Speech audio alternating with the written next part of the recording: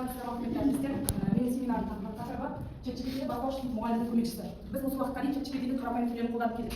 Өздеріңіздің араңызда қолданғандарыңыз бар шығар. Енді ChatGPT-ні мен сіздерге 4-ші версиясын ұсынамын. Және енді орныңызда тұрса барлығымыз тобыңызда проверьте. Әр мұғалім өзінің бір ерекшелігі бар, қолына келетін өнері бар. Может, біреулер сурет салады, тағы басқалары әртүрлі тігінмен айналысуы мүмкін, біз оны білмейміз ғой. Енді жалпы мен өзімді айтатын болсам, мен ұстаз екенімді білесіздер, бірақ менің тігінші екенімді білмейсіздер. Дәл солай осылай мәтінмен жалғастырасыздар. Бастай беріңіздер. Мен ұстаз екенімді білесіздер. Жалғастырасыз. Ерекшелігіңіз бастай ешкім білмейсіз қалыңыздар. Мен ұстаз екенімді білесіздер, алайда мен высший мамандығым. Мен ұстазбын, алайда мен әншімін. Мен ұстаз екенін білесіздер, менің ерекшелігім әнші ақын екенін ешкім білмейді. Жарайсыздар, ұстайсыз. Мен ұстазбын, бірақ хоббиім маркалыста. Жарайсыздар, айтыңыздар. Мен ұстаз екенін білесіздер, бірақ мен сурет екенін білмейсіздер. Жарайсыздар. Мен ұстаз екенімді білесіздер, бірақ сурет салып білмейсіздер. Мен ұстаз екенімді білесіздер, бірақ мен пейзажист екенімді білмейсіздер. Жарайсыздар. Мен ұстаз екенімді білесіздер, тамақта жақсы әзірлеуді білмейсіздер. Жарайсыздар. Мен ұстаз екенімді білесіздер, бірақ мен аспазшы екенімді білмейсіздер. Ұстаздар бір-біріміздің ерекшелігімізді біліп болса, орнымызға жайғасамыз. Біздің арамызда кез келген мамандықтар қалыптасады, солай ма? Енді келесі. Жаңа атап өткендей, менің мына өтіп жатқан семинардың мақсаты сіздерге ChatGPT-ді таныстыру және оның мүмкіндіктерін ашу, сіздерге сабақ жоспарын жасау кезінде сізге кез келген мүмкіндіктерін ашып көрсету және оның жеңілдігін сізге ашып беру. Енді мен жалпы осы ChatGPT-мен сурет жасап алғам және басқа қысқаша интеллектпен соны видеоға айналдырғаным бар. Қараңыздар. Бәрі оны экранға қарайсақ.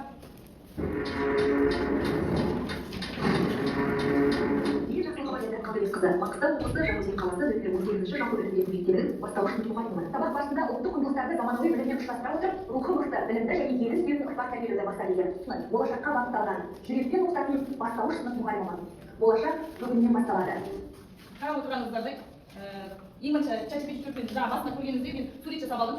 Сол суретті басқа жасанды интеллекттер арқылы видеоға айналдырып, өзінің сөзімді қосып, солай жасаған болатын. Енді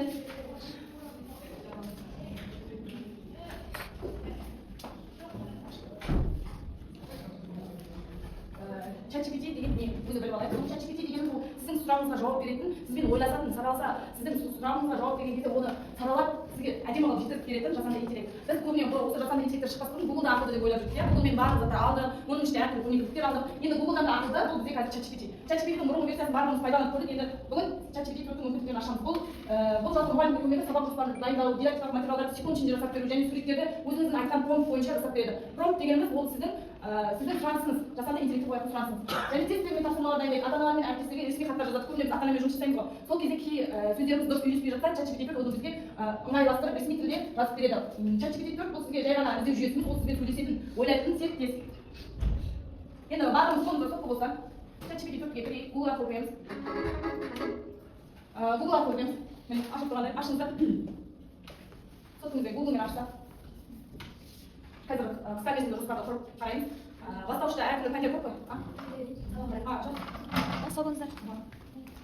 Бастауышта әртүрлі пәндер, ана тіл, қазақ тіл, математика, кез келген бір пәнді алыңыздар.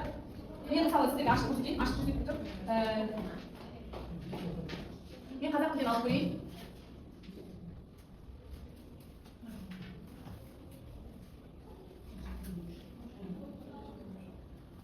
Промпт жазатын көрініп отыр ма сіздерге?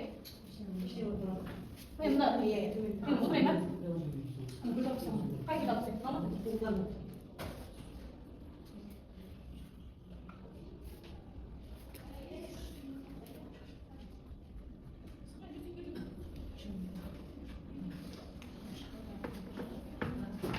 Енді жіберемін. Дәл осы айтқанымды сіздер қай пәнді алып жатсыздар? Дүние танып алсаңыздар болады, кез келген пәнде кіріп жатсыздар ма? Сіздерге көрініп тұрмай, оқып берейін. Қазақ тілі 4-ші сынып атау тектеген тақырыбы бойынша қысқа мерзімді жоспарды сақтап бердік, промптты жіберіп жатырмын. Жалпы біз ChatGPT жолда ағылшынша жақсы түсінеміз. Бірақ енді қазір көбімізде ағылшынша переводтап отырмай, уақыт алады. Сол үшін тек қазақша жібереміз. Мен жіберейін.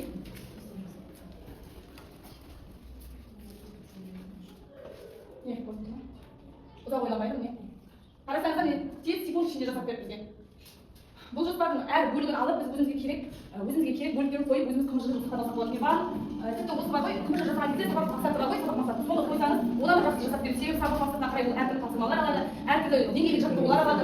Көріп тұрғаныңыздар, бағалау критерийі тілдік мақсаттар сабақтың барысы бар міне ұйымдастыру кезеңі өткенді қайталау жаңа сабақ бекіту жұмыстары және бағалауды енгізіп қойған және үй тапсырмасын да беріп қойған қарасаңыздар үй тапсырмасын өздеріңіз өзгертіп ала аласыздар барлығыңызда ашылды ма ашылмады ма Google-мен тіркелесіздер Google-мен тіркелесіздер Google аккаунт жоқ па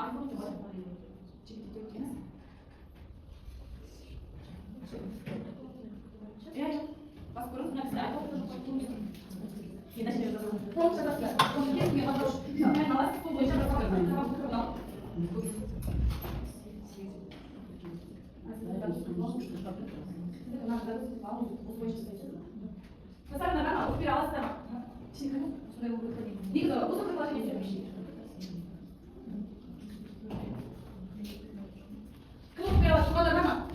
бір оқып берсеңіз қай сабақ мақсатын алдыңыз қай сабақ тақырыбын алдыңыз оқып бере алыңыздар ма Қысқа мерзімді жоспар пән қазақ тілі сынып екінші сынып сабақтың тақырыбы түбір мен қосымша сабақтың түрі жаңа білім меңгерту оқу бағдарламасына сәйкес оқу мақсаты 2-2-1-1 сөз құрамындағы түбір мен қосымшаны ажырату сабақтың мақсаты сөздің түбірі мен қосымшасын анықтау түбір сөздің негізгі мағынаны білдіретін түсіну қосымшаның сөз мағынасын өзгертетін немесе толықтырылатын бөлу пән бағалау критерийлері түбір мен қосымшаны ажырата алады сөздерді құрамына қарай талдайды құндылықтарға баулу тілге құрмет ұқыптылық жауапкершілік пәнаралық байланыс әдебиеттік оқу сабақтың басы 5 минут психологиялық ахуал қалыптастыру жылы сөз ойыны өткенді қайталау сөз деген не сабақтың ортасы 25 минут түсіндіру жұмыстары жүргізіледі яғни түбір сөздің негізгі мағынасы бар бөлігі ал қосымша блогерді түбірге жалғанып сөздің мағынасын өзгертетін ашылғандар бар ма жалпы мына жерде қымажда толық шарттама жоқ оқу мақсаттарын жазсам толық шарт беретін иә оқу мақсаттарын жаңа айтқандай оқу мақсаттарын жазған кезде бізге дәлме-дәл соған оқу мақсатына сай тапсырмалар алып береді көп әріптестеріміз кіре алмай жатыр себебі оған Google аккаунт керек көбіне мына жай телефон бар ғой айфон емес кәдімгі жай Samsung телефондармен көп кіреді және ноутбукпен тез ашылады ноутбукта Google аккаунтыңыз болса сол бойынша тез кіреді жалпы ноутбукпен ұстаған ыңғайлы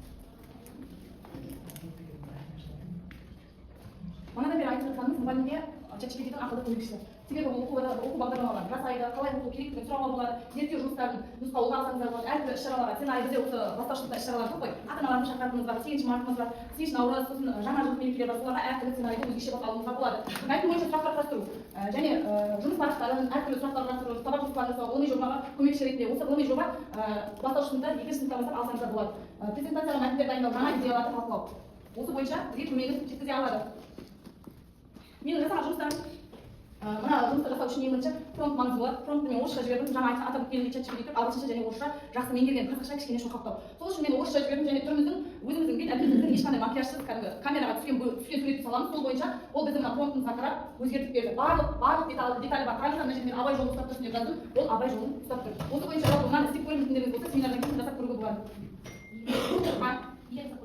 қазір ма қазір осы алмай ма қазір уақыт алмай ма қазір жасайтын жұмыстарымыз бар еді алда иә соны келсеңіздер айтамын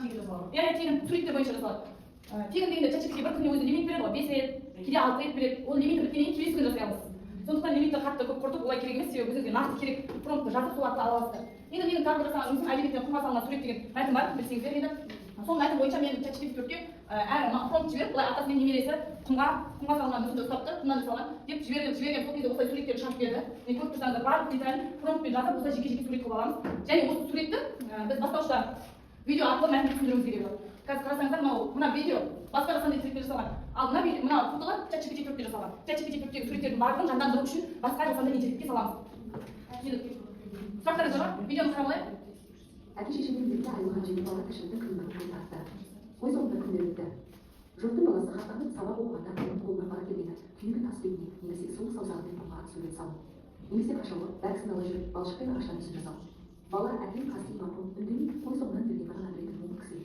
мынау бір іс білмегендей кәсіп қылып айналысып көрмегендей өнер екен деді бір күні әбілханның ағаштан жасаған мүсіндерін көрген түліма деген хан ұста жеті бала өзі ғашықтан жүргенісіне тұңғыш рет болуын естіді білімсіз адамның өрісі тар шығысқа сурет салуға талабым бар екен оқуым керек шығар балам дегеннен бірден осы сөз оның алдынан бағын шырағы болып жымырататын бірақ жұрт қатарлы оқуға күш қайда әрбір әріпті еркінен сұрап онысын күн бетіне түсіріп жүріп ақшасын оқуды меңгерді білсем үйренсем деген құштарлық барған сайын арта түсті ақыры ол бір кешке өгізге жайнағаны сағымбек қартқа артты елге аты шыққан шежіре қарт жөн көрсетер деп ойлады ұлағын тай сұрай келдің бе тон сұрай келдің бе деді шежіре қарт амандықтан соң ата жөн сұрай келдім оқысам білсем деген талап бар бірақ жігіттің сауын жібермейді не істесем болады шежіре қарт бір сәт сақалын саусағымен салалап ойға батты япырым-ау осынша жасқа келгенше мұндай сауынмен алыстан келген баланы көрмеген еді бір кезде бір осылай басталды. Алайда ана кедергі жолықты. Ата-баба айналысып көрмеген өнерге жолда оңай болған емес. Соның 1929 жылдары университет Алматыға келгенде де. Көргеніңіздей бұл басқа предложение, яғни бағана мен басқа жасап итекпен жасадым. Бұны жасау кезде сора деген жасанды интеллект, бұны алдағы уақытта тағы да семинар беретін мұғалімдер айтады, бұны ашып. Бұл жалпы 3 мүмкіндікке дейін береді, видеоны жасауға 3 мүмкіндік. Одан кейін оны сатып алуға тура келеді. Енді алдымызда барлығымызда шар болса, шар барма барлығымызда, былай жасайық, шарды дейік. Шарға қазіргі көңіл күйіңізді бейнелеңіздер, барлығыңызда манкер бар алдыңызда. Манкерге өз көңіл күйлеріңізді белгілеңіздер. Үріп, бетпен сызамайыз, кішкентай болса да болады. Сізге манкер жасап, аттарға қойыңыз. Енді алға қандай болады соңында?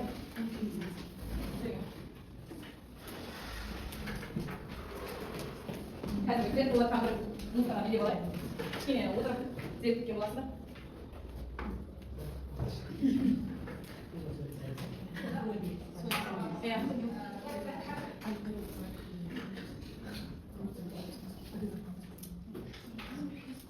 Сап болып қап.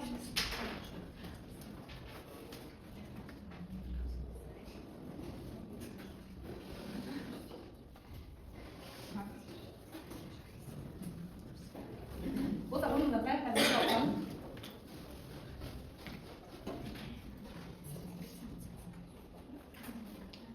Осы берейін ба? Орныңызда тұрайық. Орныңызда сұқ қойсаңыздар болады.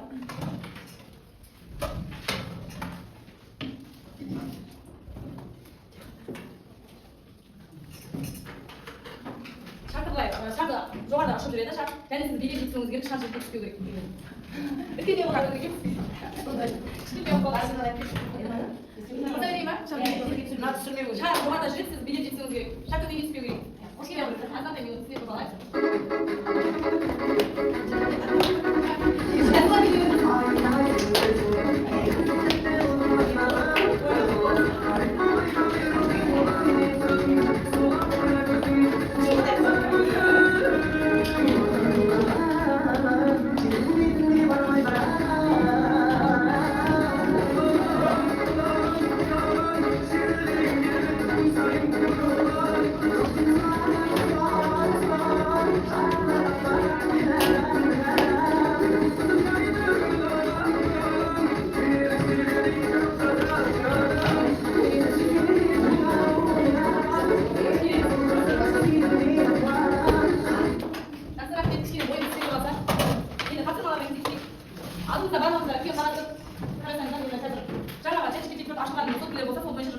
Алдымызда қарастық, қағазға айырманша мына жерде бізде тапсырмалар бар. Промптан және бұл жерде сабақ бойынша 2 қызықты ойын бірінші топ сіздер жасайсыздар. Кез келген бір сабақтың тақырыбын аласыздар, сол бойынша 2 ойын. Алдыңызда көмек құралдар берілген, пазлдар сол бойынша құрастырасыздар. 2 ойын. Сосын екінші топ сіздер ана ортадағы топ сіздер тест құрастырасыздар. Тест, тест. 5 сұрақтан тұру керек және дұрыс жауабын белгілейсіздер. Көрсетесіздер бізге дұрыс жауабын да. ChatGPT бар. Иә, жоқ ChatGPT түрге саласыздар. Bir taqir balası, ne taqir balası? Taqir boyunca 5 sıraftan тұратын дұрыс нұсқалар бар, тез сұрақтан құрастырып, дұрыс жауабын көрсетіңіз. ChatGPT ашылған сіздерде сол бойынша көрсетесіздер. Ал сіздер ата-анаға хабарлама жазасыздар. Мына жерде промпт бар, қараңыздар. Ата-аналар жиналысына арналған ерекше жылы шақыру мәтінін жазып бер. Алдыңызда әртүрлі суреттер көрсетілген, мен тапсырасыз. Мыналарды бекітіп, мына барын аласыз, кетпей, шеттеріне жабыстырып, ортасына жаңағы ChatGPT-дің құрап берген мәтінін жазасыздар. Клей бар барлығыңызда. Ана соңғы жақта отырған мұғалім кішкене алға жақында мына атсалыстар, мына жерде бос қой. Келіп атсалыстырыңдар. Мына жерде Тез сұрақтан құрастырасыздар. Жоқ, ойын не айтып қалды? Я ойын сізді ойын мен алдым.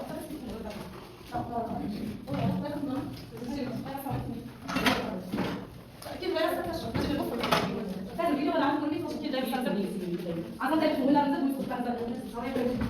Тез бір тақырып аласыздар, сол тақырып бойынша 2 ойын құрастырасыз. Бірін допқа құрастырсаңыз болады, екіншісін ойын қалай ойналады? Мысалы, көйлек сіздерсіз доптарға да, мысалы, солай допқа болады. Ал, сұрағымен жауабын қайта жазыңыз. Жоқ, мынаған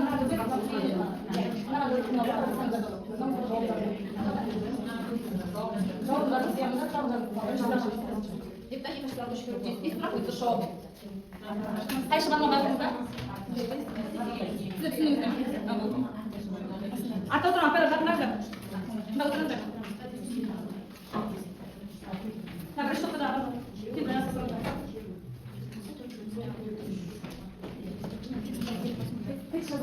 네, 작동 가요. 그럼 지나서 시작했으면 뭐 여기서 시작했으면 소고기 좀 이해해. 소방 포스터.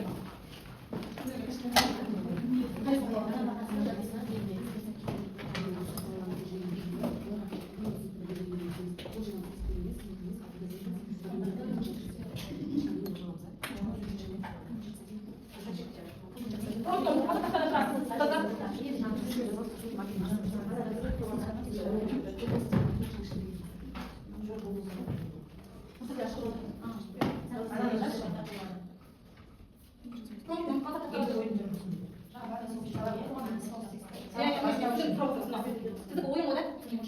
나 지금 다섯 번째 스키스에 작업 뒤에 작업 거야. 스키스 다섯 번째 아까 나 작업 그냥 작업 보이지 작업했어. 야. 수람 더 좀 피하지 못해. 수람 안 앉았다는 거 같네. 이렇게 받았어. 수람 앉았어. 뭔가 소리 그냥 약간 그 저점 응? 못 알아서 소리 그러나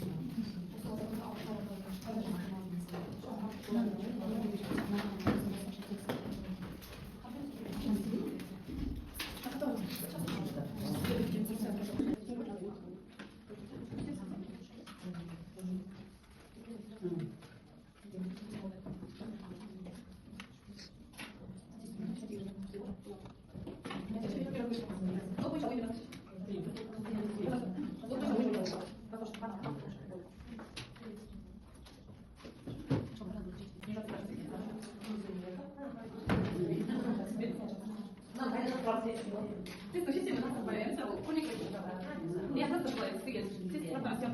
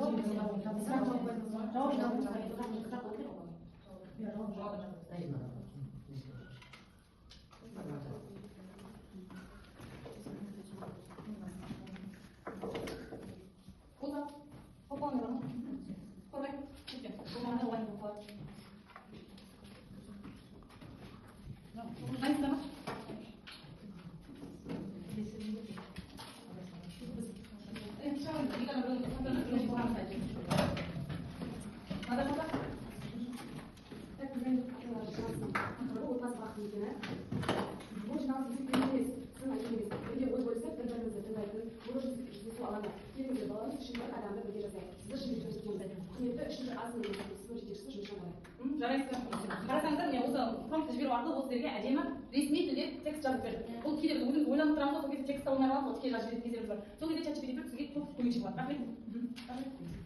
Келесі. Тест дайын деп еді. Дайын ба тест?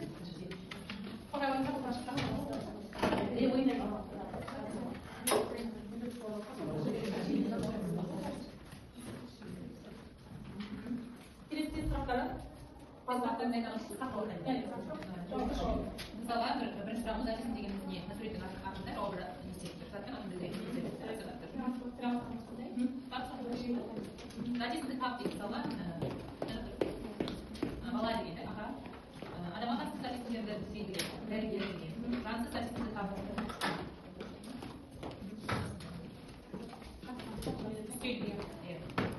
Статистиктер қандай сұрақтарға жауап береді?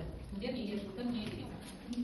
қарасаңыздар біз осы бастауыш сыныпқа қазір ол өте ыңғайлы, иә, балалар тұрғысы келеді. Бұны әртүрлі түсті болып алсаңыздар да бар. Енді біздің мына тақтада тұрған фондымыз арқылы бұл кісілер тесттен 5 сұрақ және дұрыс жауабын белгілейді деп жазды. Сол бойынша міне әдемі тест және балаларға көрсететін көмегі олар қалалар беруге жасалды. Жарайсыздар. Ой.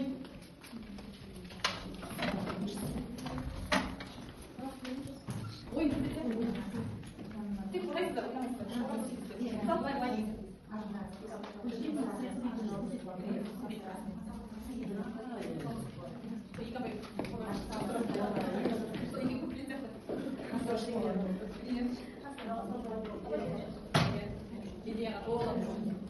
школа мұғалімдері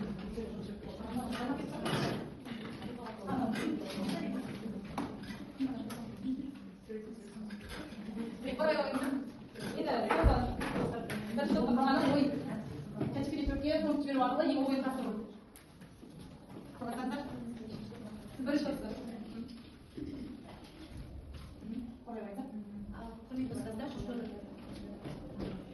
бүгін біздің қатырған ойынымыз адасқан доп лақтыру ойыны, сосын адасқан әріптерді орнына қою. Гүл күлтешесін сабаққа байланысты. Мәселе қалай орындалатындар жазылған. Енді мына түсіндіріп беретін болсақ, доп лақтыру ойыны бұл видеода қосылған сайтында қолдануға болады. Мына жерде допқа нүктелер қоямыз, бір баланың алдына лақтырамыз. Сосын қолына да үш деген нүкте бар да, үшті айтады да, үшке байланысты көмектесесін айтады. Сосын мына екі допты лақтырып жіберуге болады, біреуінде үш нүкте, біреуінде төрт нүкте көрсетілген. Сосын осыған көбейту кестесі құрастырып. Мысалы, үштерді қатар етті, екі үш бал жіберуге болады, бір-біріне допты лақтырып. Келесі бізде адасқан әріптер ойыны. Адасқан әріптер ойында бір сөздің әріптерін орындарын ауыстырып қойдық. Сол арқылы балалар сөз құрастырады. Мысалы, мына жерде ы, с, д, ы деген әріптер ойын, ыдыс деген сөз шығады. Мысалы, кез келген тақырыптарда қолдануға болады. Түбірмен қосымша кез келгенінде қолдануға болады. Келесі, мына а, к, о. Мысалы, отан деген сөз шығады. Отан туралы өлең айт деген сияқты, немесе өлең құрастыр деген сияқты. Кез келгенінде қолдануға болады. Күлтешесінде бұл жерге мен түбір сөздерді жазып қойдым. Түбір сөздің қосымшасын табу керек. Жұрнағы немесе жалғауын, немесе тек қана қосымшаның өзін табады. Иә, өл, оқу, ал, бар, жүз, ала деген сөздерді жазып қойдым. Осының қосымшаларын балалар жарайсыздар. Қараңыздар, бұл жерде бізде ChatGPT-дің көмегімен үш ойын құрастырды. Негізі екі ойын берді құрастыруға. Қарасаңыздар, тетриспен өте жақсы ойын құрастырды. Адасқан әріптер ол бастауыш сыныпқа ойлау қабілетін дамытуға қатты қажет болады. Және мына көбейту кестесі көп балалар 3-ші класс 4-ші класста ең ақсайтын сабақ көбейту кестесі математикада, иә. Сол ғана мына жақсы екен. Балалар ойнай отырып, өзінің есінде қалады. Рахмет сіздерге.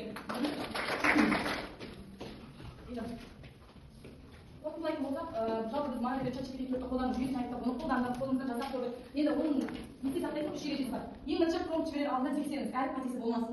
Және жазғанда интеллект кейде қателесуі мүмкін. Сіздің жіберген промптыңызға қарсы қарама-қайшы нәрселер жасап қою мүмкін. Ондай кезде қайтадан промптты өзгертіп жазу керек. Нақты сұраңыз, тақырып пен түсінікті нақты жазыңыз, жауаптар болады. Мына жерде қарасаңыздар, сіздер сабақ жоспарын алатын кезде ең бірінші сабақ мақсаттарын жазу керек. Сабақ мақсаттарын, сабақ тақырыбының қай сынып, тақырыбы қандай, нақты жазсаңыз сізге нақты қысқа мерзімді жоспарды және әртүрлі сценарийларды, кәдімгі сабақтарына арналған сценарийларды әдемі жасап бере алады. Енді қалай сіздер барлығымыз қазір машинктерге ауырып қалып жатқан жағдайымыз бар ғой.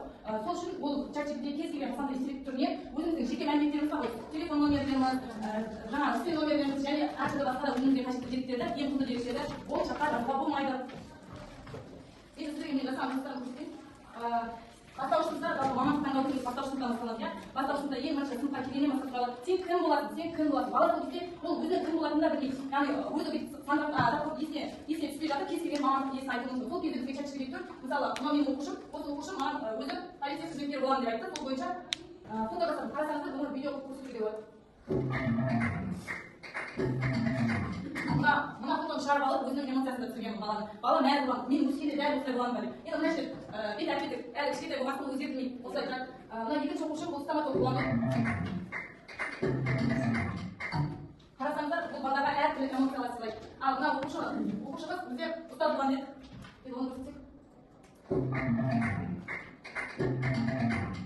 Балаларға бос кезде осылай әртүрлі өзінің мамандығы бойынша әртүрлі сұрап алып, жазып, сол бойынша ChatGPT-ге жазып, осылай суреттерді шығарып әкеліп өздеріне көрсетсеңіздер, оларға өте жақсы әсер қалдырады деген ойдамын.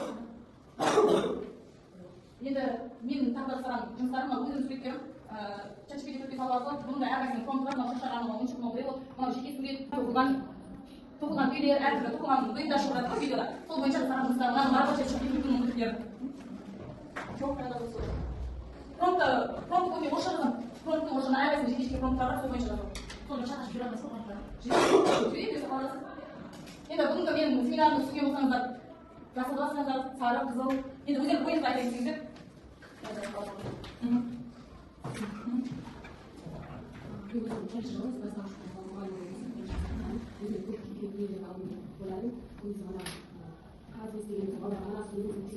Болашақта кім болып беріп білмейді ғой оны.